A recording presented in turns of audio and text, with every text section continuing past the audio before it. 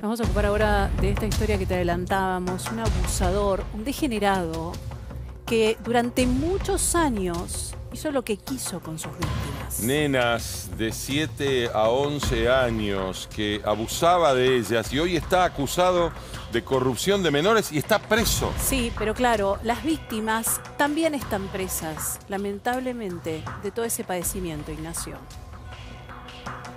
Sí, y es muy importante marcar también que estas historias siempre se pueden reconstruir y necesita el coraje de las víctimas, claro, y por otro lado, alguien que las acompañe desde lo legal. Esta historia empezó en 1995 y se extendió hacia el año 2019. Y recién durante el 2021 y 2022, las víctimas decidieron empezar a hacer las denuncias judiciales y tuvieron un apoyo muy grande de la Universidad de Derecho de la UBA. Y hoy han logrado hacer justicia. Este hombre, Isidro Álvarez, de 63 años, el encargado de un edificio que parecía totalmente inofensivo, claro, trabajaba en este edificio que está aquí, en Cuba, al 2982, en el barrio de Núñez, en plena capital federal. Siempre estaba en el 9º piso, acompañado por su mujer, Antonia Vega Méndez. Tenían 2 hijas con las cuales compartían gran parte de su vida. Él había venido a vivir hace 33 años a la Argentina y está detenido desde el viernes 27 de octubre. Y es una investigación judicial que llevó 2 años a la policía de la ciudad de Buenos Aires, a la fiscal Mariela Laboceta y al juzgado número 34 de la doctora Bruniar. ¿Por qué? Porque había que reconstruir toda una historia extremadamente oscura, porque hay 7 denuncias de las víctimas donde se hablan de abusos sexuales, de corrupción de menores y además de una historia que tiene como víctimas niñas que por entonces tenían de 7 a 11 años. Pero además, Ignacio, algunas permíteme decirte algo. Hijas de... Otra época, Nacho. Otra época en la que menos se hablaba de esto, menos se animaba, menos se creía, porque esto es lo tremendo de todas estas historias. ¿Quién les iba a creer, Ignacio?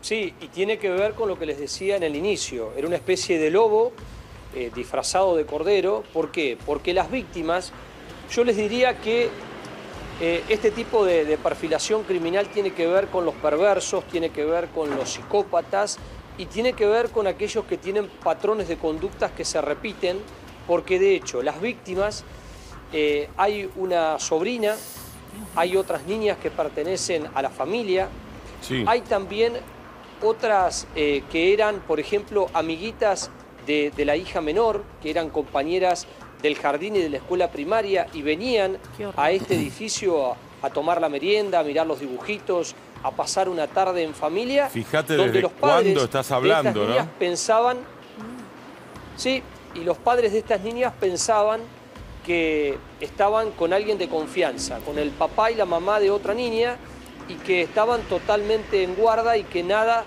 absolutamente nada, les iba a pasar.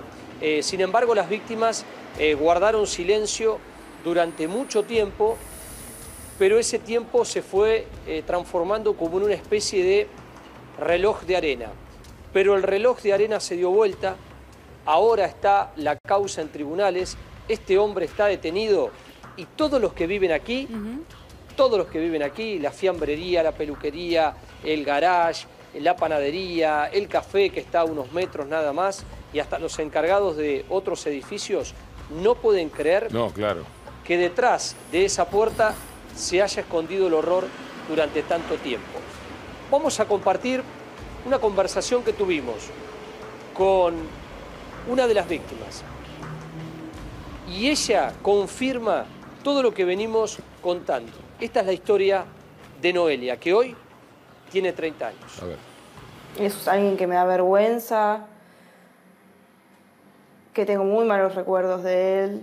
Yo iba al colegio con su hija más chica y muchas veces cuando iba a jugar a la casa de ella, que me invitaban, yo a veces iba con ella y con la mamá Y muchas otras veces iba sola, el colegio quedaba a pocas cuadras, entonces iba sola y cuando llegaba y me lo encontraba él en la puerta porque era el encargado del edificio, lo que él hacía, por ejemplo, era decirme que lo acompañe al cuartito de servicio del edificio que quedaba ahí mismo en planta baja, y me tocaba por abajo de la ropa, me daba besos en el cuello, me abrazaba fuerte, digamos.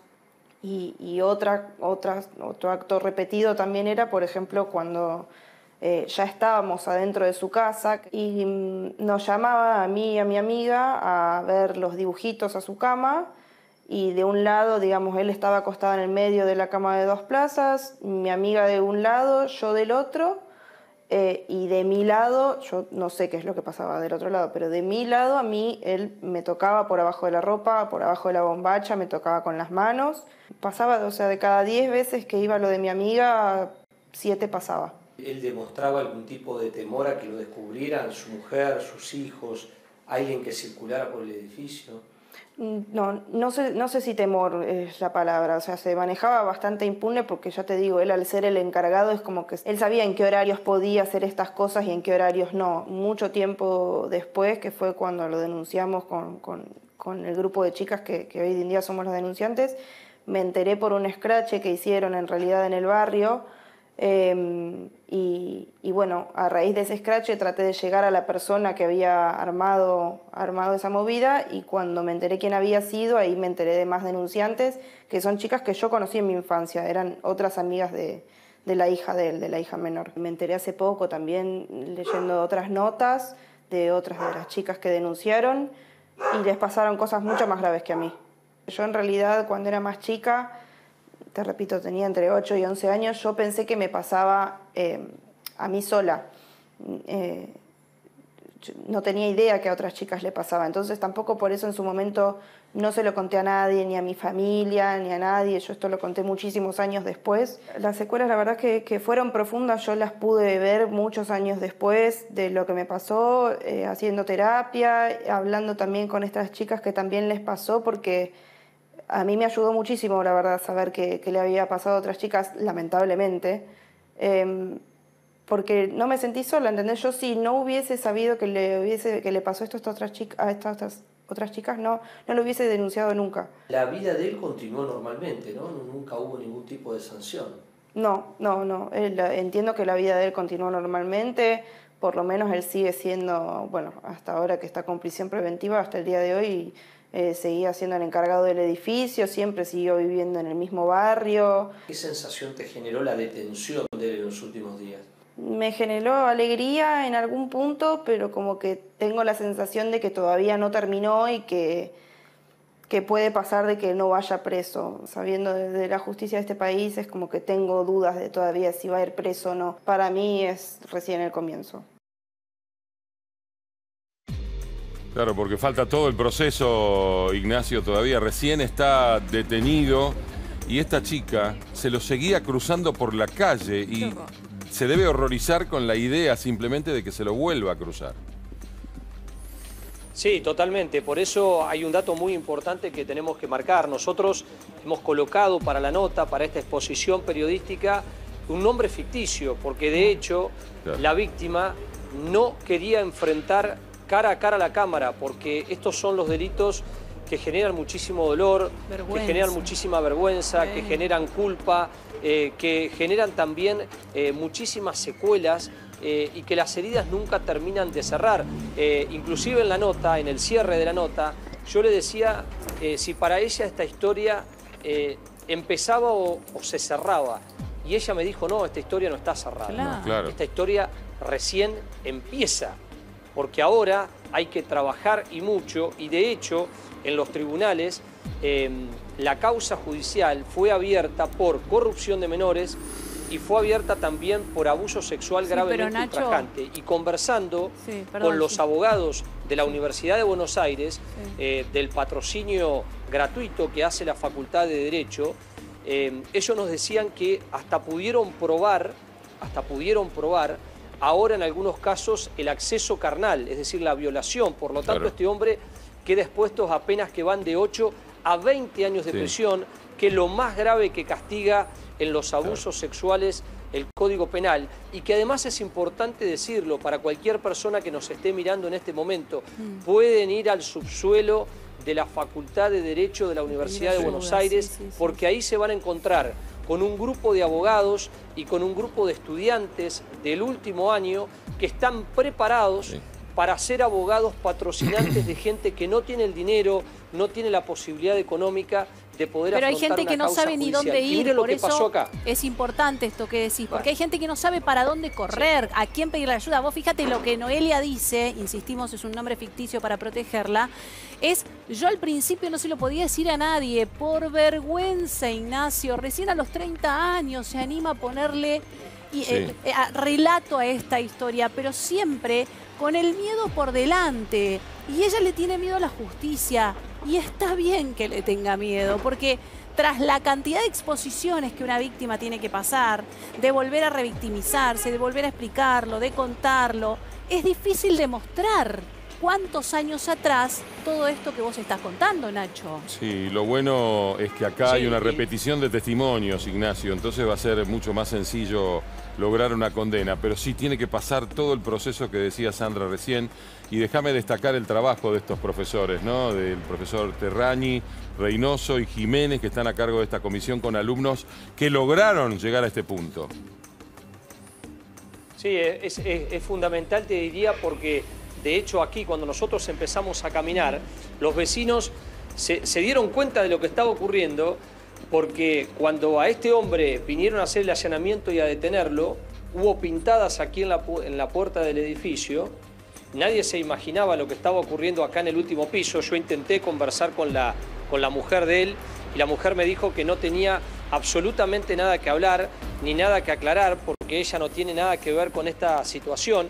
Y aquí en la calle Cubas, donde estamos trabajando al 2900, cuando se dieron las protestas y las víctimas vinieron aquí, tuvieron que cortar la calle, es una de las zonas, les diría yo, más coquetas de Buenos Aires. Nadie entendía realmente lo que pasaba y hasta los comerciantes del barrio y algunos vecinos que lo conocían perfectamente al encargado de tantos años de trabajo, no podían creer que ese hombre que caminaba por aquí, que lo veían todos los días, estaba acusado de un delito tan grave. Y además son delitos en concurso real, porque son delitos cometidos en distintos momentos, pero que tienen un patrón común. Todas las víctimas, cuando uno lee el expediente judicial, te vas encontrando con una metodología, un modus operandi, y eso hace justamente de que ahora el juzgado no solamente le impute los abusos sexuales, sino que también se sume la corrupción de menores, porque muchos de esos niños no tenían ni siquiera la posibilidad, desde lo físico y desde lo psicológico, de poder experimentar las circunstancias que este hombre les ponía. Y aquí está el escenario, porque el escenario era acá, donde estamos trabajando nosotros, era este garage.